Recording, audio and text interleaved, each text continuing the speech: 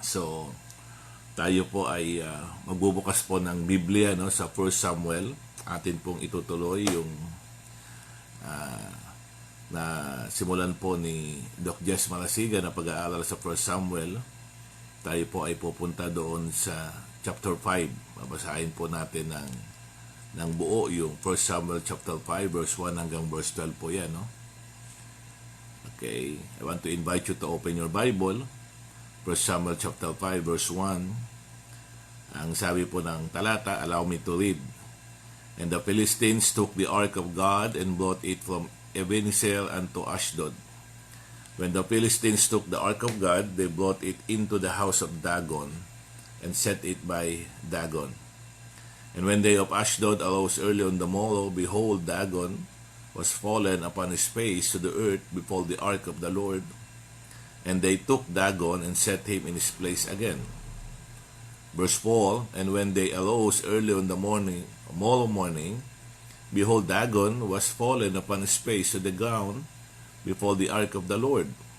And the head of Dagon and both the palms of his hand were cut off upon the threshold, only the stump of Dagon was left to him.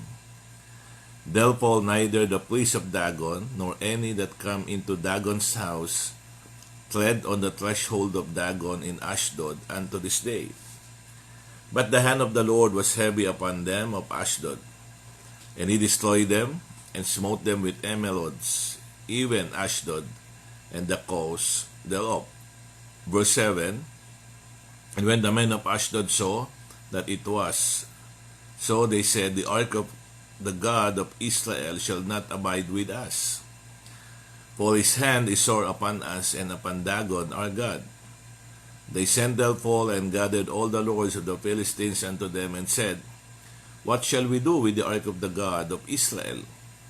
And they answered, let the ark of the God of Israel be carried about unto Gath. And they carried the ark of the God of Israel about thither. And it was so that after they had carried it about, the hand of the Lord was against the city with a very great destruction. And he smote the men of the city, both small and great, and they had emerods in their secret parts. Therefore they sent the ark of God to Ekron, and it came to pass, as the ark of God came to Ekron, that the Ekronites cried out, saying, they have brought about the ark of the God of Israel to us, to slay us and our people. So they sent and gathered together all the lords of the Philistines, and said, send away the ark of the God of Israel, and let it go again to his own place, that it slay us not and our people. For there was a deadly destruction throughout all the city. The hand of God was very heavy there, and the men that died not were smitten with the emerods, and the cry of the city went up to heaven. May God bless the reading of His words. So, if we will summarize ito pong chapter 5 ng 1 Samuel, siguro ang naisip ko na isang word about this chapter is about idolatry. It is a clear and simple illustration or story about having an idol. No? Doon sa verse 1 hanggang verse 3, makikita po natin yung definition of an idol. Now, kung matatandaan po natin back in 1 Samuel chapter 4, mababasa po natin ang full account kung paano po mga Philistines took the ark of God. So, maaaring tinanong siguro po natin, why did they want it so badly? Ano ba ang mahalaga rito? Ba't nila kinuha po nila itong ark of God, no? Well, to the Philistines, the ark was an idol. Isa po siyang golden box with great power. No? It is one more thing to worship, and that's why ang ginawa po nila, kinuha po nila ito, and then they set it up next doon sa katabi rin po ng kanilang Diyos-Diyosan na walang iba kundi si Dagon. Now once the ark of God was brought into the house of Dagon, ang iniisip po ng mga Philistines, at least yung mga leader po nila during that time, hindi lang po si Dagon ang hawak nila o control nila, kundi meron na namang another na power na hawak po sila. Well, yun po yung iniisip po nila, no? But God was not going to allow them to worship a box. Kasi po, the ark, yes, represented God, pero hindi po yun ang Diyos. No? It wasn't God. Well, the Philistines were so into what we called idolatry.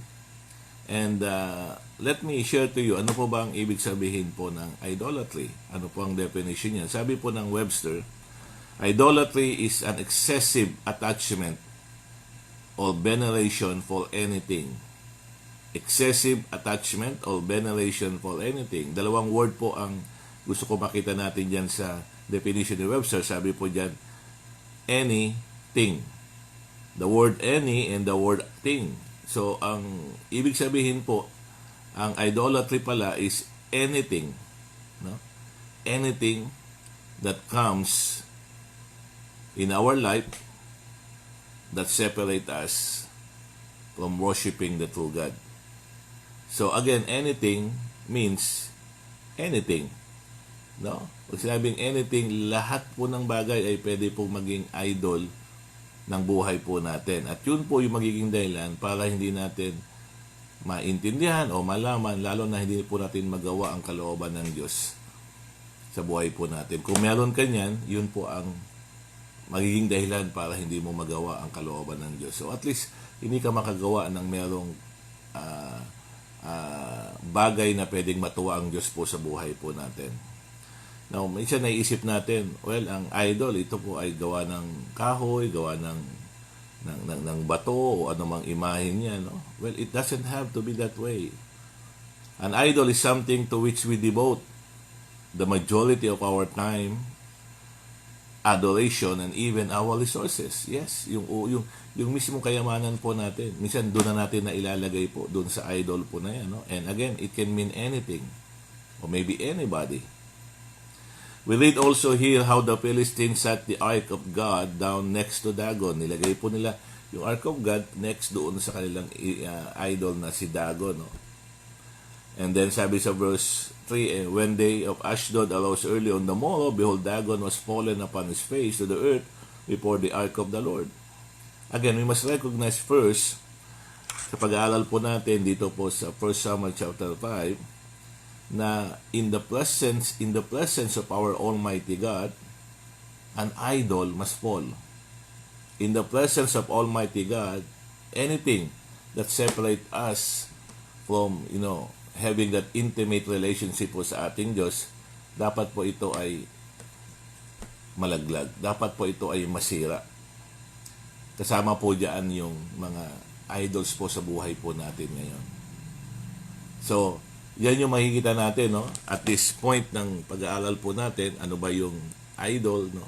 It can mean anything that separates you from your God, your relationship from God, ay masira. Yan po ang natawag na idol. At kinakailangan po yan kapag gusto mong mapalapit sa ating Panginoong Diyos at gusto mong gawin ang kalooban niya, kinakailangan pong mawala yan sa buhay po natin. Ang nangyari po dito, nung itinabi po nila ang Ark of God dito po sa Diyos-Diyosa na lang si Dagon, pagising nila sa umaga, bumaksak po ito according to the story. So, ganun din po sa atin. Everything, anything, anybody that, separate us from doing the will of God, knowing, intimate, our God, our Lord and Savior, Jesus Christ, should fall. Kailangan pong mawala yan. Kailangan malaglag po yan. Kailangan pong hindi po pwedeng pumalayas yan sa atin pong Diyos na nakilala. No? So yun po yung makikita natin dito, clear example of the definition of an idol. Tingnan po naman po natin yung determination of an idol. Now, ang ibig po sabihin nito is that hindi mo man gawin, pero ito po yung nangyayari. When you have an idol, you put more effort and time on it. So talagang determinado po tayo na anuhin po yan, no? na panghawakan po yan. No? By the way, an idol also is the one or anybody na sa akala mo, siya yung nagbibigay sa iyo ng lakas o siya yung nagbibigay sa iyo ng mga blessing, kung blessing man sasabihin po yan sa buhay po natin ngayon. Akala mo siya po yon. No, hindi po yan. Hindi po siya. Ang Diyos pa rin, no? So, tingnan po natin the determination of an idol. Again, notice how the Philistines had to set Dagon back in place again. So, Yung Ark of God, inilagay po nila sa tabi po ni Dagon. Then pagising na sa umaga, nakabaksak na po ito. Okay, si Dagon, nakabaksak po ito, no? Ano ginawa po nila? So, kanila pong itinabi ulit doon sa Ark of God. Now, I don't know, I don't have any idea what is the actual size po ng imahen po ni Dagon, no? May mga nakita po ako na iba mga drawing patungkol po rito. Pero ito po ay naglalarawan po na ang Dagon daw po na idol ay malaki at gawa po sa bato, no? Now, if this version is correct, then the statue would have been extremely heavy, napakabigat po nito. So, it took a lot of time and effort na kanila pong buhatin ulit si Dagon at itabi muli doon sa Ark of God. In fact, the Philistines refused to set it back for the second time. Nung pangalawa na po nangyari, binitawan na po nila, ayaw na po nila. Well, mainly because natatakot na po siguro sila sa Diyos, sa totoong Diyos, sa ating Diyos. But notice yung effort pa rin po nila na gawin po ito, no? The first time na nakita nila itong bumagsak. Now, sa atin din po, ang ating po mga idol, no? Yung anything or anybody that separate us, no, sa ating pong Panginoon. Minsan pinagtatrabahuhan din po natin yan, no? We are working with our own idols. Ibig sabihin, we have to put a lot of efforts, a lot of time and attention.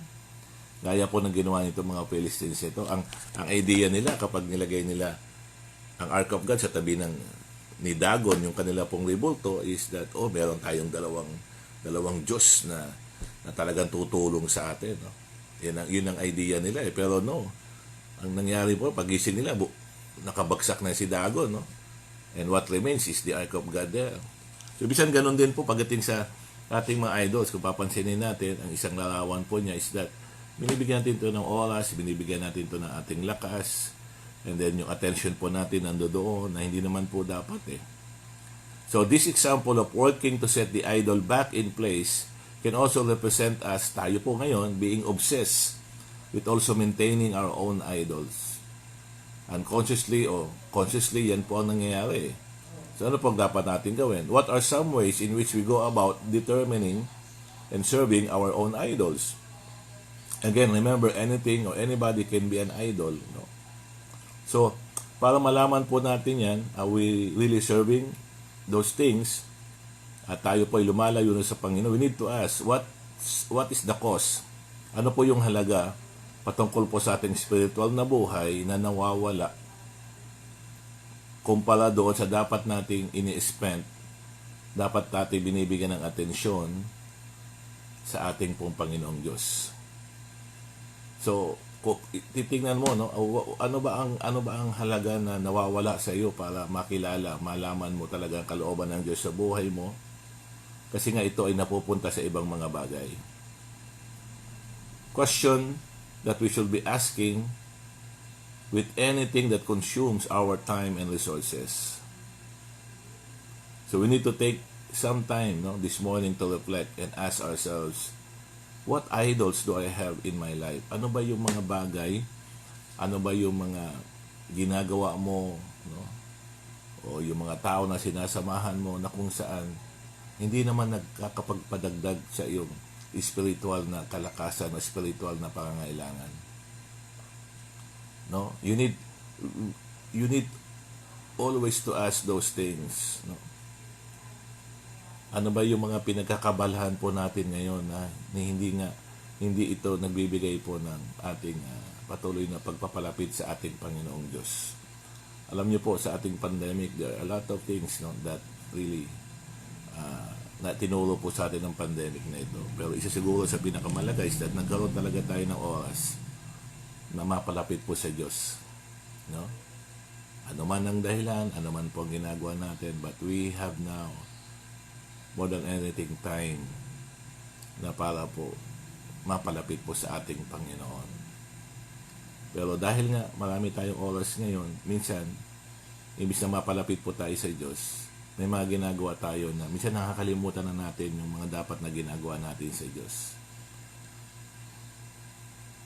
Now, kung sa buhay po natin ngayon, we are accomplishing something, pero ang kapalit naman yun ay hindi na po natin nagagawa yung dati natin ginagawa sa ating Panginoon. It can be an idol. It can be an idol. No? I cannot judge anybody here, but ako rin, meron akong ganong problema, no? But we need to ask ourselves, yung ginagawa man natin ngayon, ito ay nagpapalapit sa aking Diyos o ito ay nagpapalayo sa aking Diyos? Number 3, tingnan po natin sa verse 6, no? The distress of an idol. Now, when we say distress, kapag ibinigay po natin ang oras natin dito sa mga tinatawag na mga bagay na tinatawag po nating idol, it give us problems and even heartaches na minsan nakala natin ay hindi ito dapat ang ibigay, you know. So, tingnan po natin, sabi sa verse 6, no, may binabanggit po dyan na word na emerods. Ano ba ito? Sabi po sa Wikipedia, emerods are an archaic term for hemorrhoids. No? It derived from the Old French word hemorrhoid. It was used as the common English term until the 19th century, after which ito po ay pinalitan at inilagay na po sa term ng medicine at direct transliteration po siya ng original Greek term hemorrhoids. Sabi po sa gotquestion.org, the word emerods comes from the root word literally meaning to swell o yung mamamaga, no? And the Hebrew word translated emerods literally means mound. Okay, para siyang umbok, no? So the context led the historians and Bible commentators to conclude that the plague of emerods was actually an occurrence of tumor, boil, or possibly hemorrhoids or piles. So, lumalabas dahil po sa ginawa nitong Philistines, nagkaroon po ng tinatawag na sakit itong mga tao na ito, no? Itong mga Philistines, and possibly from the word emerods, nagkaroon po sila ng mga swelling doon sa private parts nila. No, yung Tagalog na hemorrhoids, diba? Yung almoranas, yes, yun po yung tinasabi po rito eh. Binigyan sila ng Diyos ng sakit in their private parts. Kaya po, yun. So kung titingnan po natin, emerods here presents pain and affliction. Na kung titingnan po natin, iduduktong natin sa pinag-uusapan natin about idols, when we work to maintain our idols, pouring time and energy into them, we are in essence being also in pain and affliction. In fact, we are being plagued. And the more we work, the more it hurts. Yun nga lang minsan ang problema dahil nga para nakasanayan mo ng gawin, hindi ka na nasasaktan eh. No? Minsan ibang tao na po nasasaktan. Hindi mo nakikita na ikaw pala nakakasakit na pero may ibang tao nararamdaman na po ito. Well, generally, ikaw muna dapat ang makaalam po niyan eh, no? So we work and work until our life begins falling apart spiritually, then emotionally, and then physically. Our relationship with God also begins to suffer. We can become an emotional wreck, no? At yung stress po ng lahat ng bagay na yan can actually harm our physical health. Oo, so dapat po titingnan po natin yan, no? Titingnan po natin yan. Now to tie this in, did you know that modern research is finding that the medical condition mentioned in our text can also be a physical manifestation of an inner emotional turmoil? No? Sabi nila, you are what you eat, o you are what you are thinking right now. So kung iniisip mo, ano kinakain mo, o iniisip mo, chances are yun din yung iyong bibigyan ng oras. Kung mahilig kang, sabi nila, ang maganda daw na pang-encourage yung pag ano ka is kumain, no? Kaya lang, siyempre, dahil hindi mo nakokontrol yung isip mo, kain ka ng kain, kaya yan, minsan, magkakasakit ka rin naman. So, something like that, yun po ang gusto natin sabihin ito. But the point here is that when you have an idol in your life, it can cause pain and also affliction. It can be start as an emotional, and then a physical, and then yung spiritual life mo, maapektuhan na rin po yan. No? Pang-apat, tingnan po natin sa verse 7 to verse 10. We can also see here that this idol pushes them away from God, the real true God. So, tingnan natin yung the drive of an idol. Notice what the Philistines did when they become afflicted with emerods. They sent the ark of God away from them into Gath, and many in Gath will also destroy it, and others came down with a case of those blasted emerods. Pati po yung mga napuntahan ng ark of God ay nagkaroon din po ng almoranas. No? So sabi po ng mga tao sa Gath, alisin nyo sa amin yan, papatayin kami yan. No?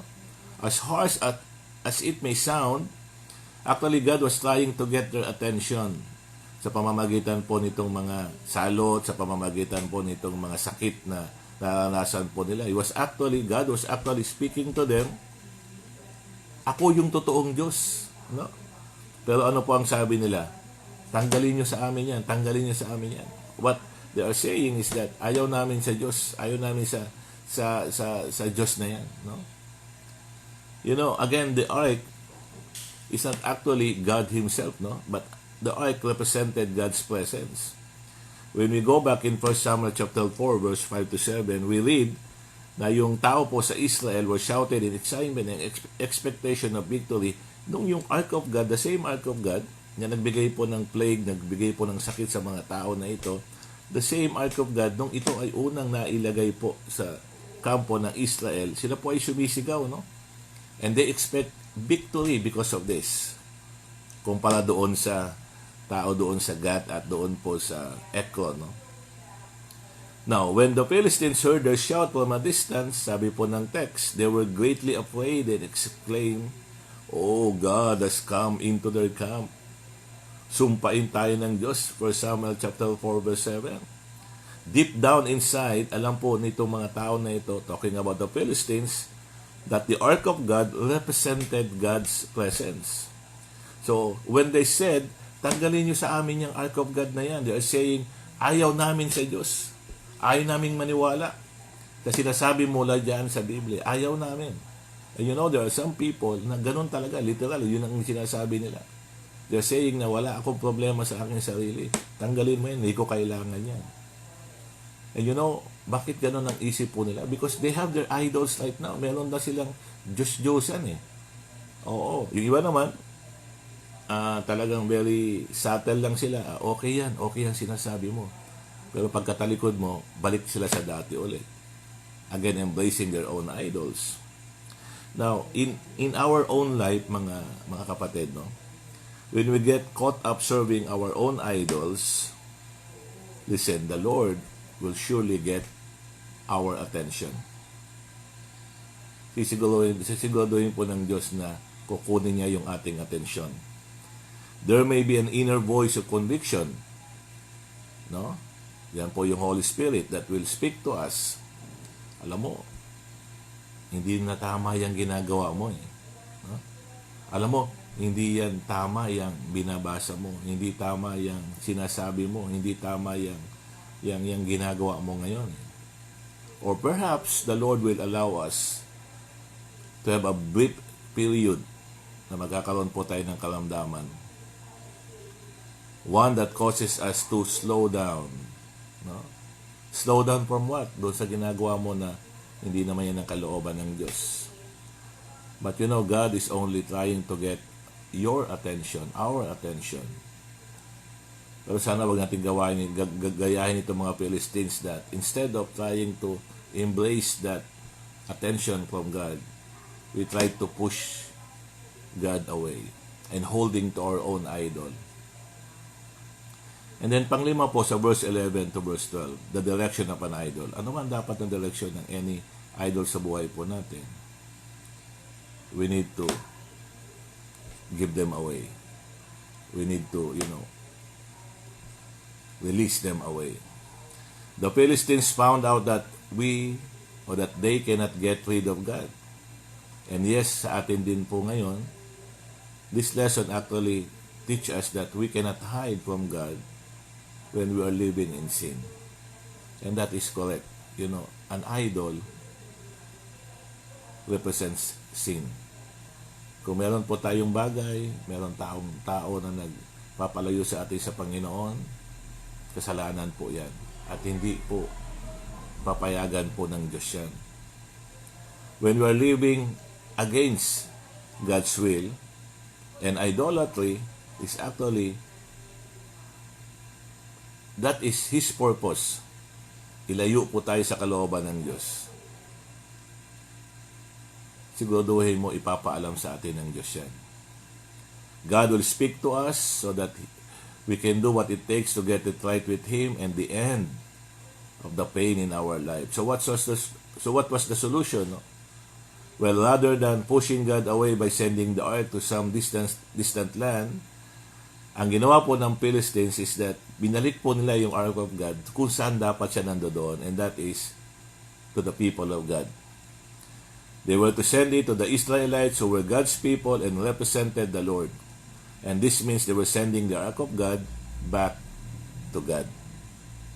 Now, bakit importante po ito? Now, first of all, the Philistines, for them, the Ark of God was just another idol. They tried to push God aside, no? And view the ark as nothing, just like a magic box, one that had great power. No? So by sending the ark back to the Israelites, they were sending their treasured idol unto God. So in closing, atin po tanungin yung ating pong mga sarili. No? Do I have an idol in my life right now? Meron ba akong mga bagay na dahilan kung bakit hindi ako talaga nakakagawa ng kalooban ng Diyos? Meron ka bang mga bagay ngayon? Meron ka bang pinagkakabalahan? O baka may tao na dahilan kung bakit hindi mo nagagawa ang kalooban ng Diyos sa buhay mo? Maaring yung tao na yan ay ginagamit para ikaw ay pagpalain ng Diyos, pero hindi po yan ang totoong nagbigay sa iyo, kundi ang Diyos po ang nagbigay sa atin ng lahat ng bagay na yan. It is not the gift but the giver. Yung tao po na yon, pasalamatan natin, tulungan po natin siya kung kinakailangan sa spiritual na buhay niya, pero hindi po yan ang totoo nagpapala sa atin, kundi ang Diyos ang nagpapala po sa atin. We need to love them. We need to have that heart of gratitude to them. Pero yun lang po. Dapat ang lahat ng ating pagpapasalamat, ang lahat ng ating pagtingin, ay dapat sa Diyos lamang po natin ito ibigay. Siya lamang po ang meron pong kapangyarihan para ibigay po lahat sa atin ang bagay na. Yung ating kalakasan po ngayon, yung pagising natin kayo ng umaga, yan po ay gawa ng Diyos. Hinayaan po ng Diyos yan. Kung mamaya pagising mo, may nakahain na, meron na, well, we need to be thankful for them. Thankful for those people. No, meron kang aalis ka mamaya, meron ka sasakyan na idadrive, no? Pasalamat ka sa church, pasalamat ka sa mga tao na ginamit, pasalamat ka sa kumpanya o sa trabaho mo. No? Pasalamatan natin lahat yan, pero hindi po talaga sila ang nabigay sa atin, kundi ang Diyos po natin. And sometimes those things na sinasabi ko, yung mga tao, yung mga meron tayo ngayon na pinangawakan, may bahay, may sasakyan, kung ano man, may pera ka, halimbawa, may trabaho ka, may mga taong umu-order sa iyo online, no? Ano man po 'yan, no? It can be an idol. Pwede po maging idol 'yan. So mag-iingat po tayo. Do I have an idol in my life? Will we continue to hang on that thing, whatever it might be, and serving it at cost to our relationship with God, or cost to our relationship to our family, or cost to our relationship to our church? Hopefully, we won't allow that idol to have any more reign over our life. We need to give it to God by laying it on the altar. Kung tayo po ay dumadaan po sa mga pagsubok sa oras na ito po ay isang paraan ng Diyos to get our attention. And I'm sure, nakuha po ng Diyos ang ating attention. Why don't we, give ourselves again to God this morning? Ibigay po natin ulit ang ating sarili sa Diyos. No, atin pong iwanan na po yung mga bagay na yan. O lay it down to the altar. No? Alam niyo po yung mga bagay na yan, hindi naman po masama yan. Yung, kung may mga tao po na hindi naman po talaga no? Nasa atin pa rin naman ang desisyon Nasa atin pa rin. Those idols can be a blessing pa rin, no? Kung atin po unahin muna ang Diyos sa lahat ng bagay po na yan. So, I will end this thing, no? Tayo po ay mananalangin.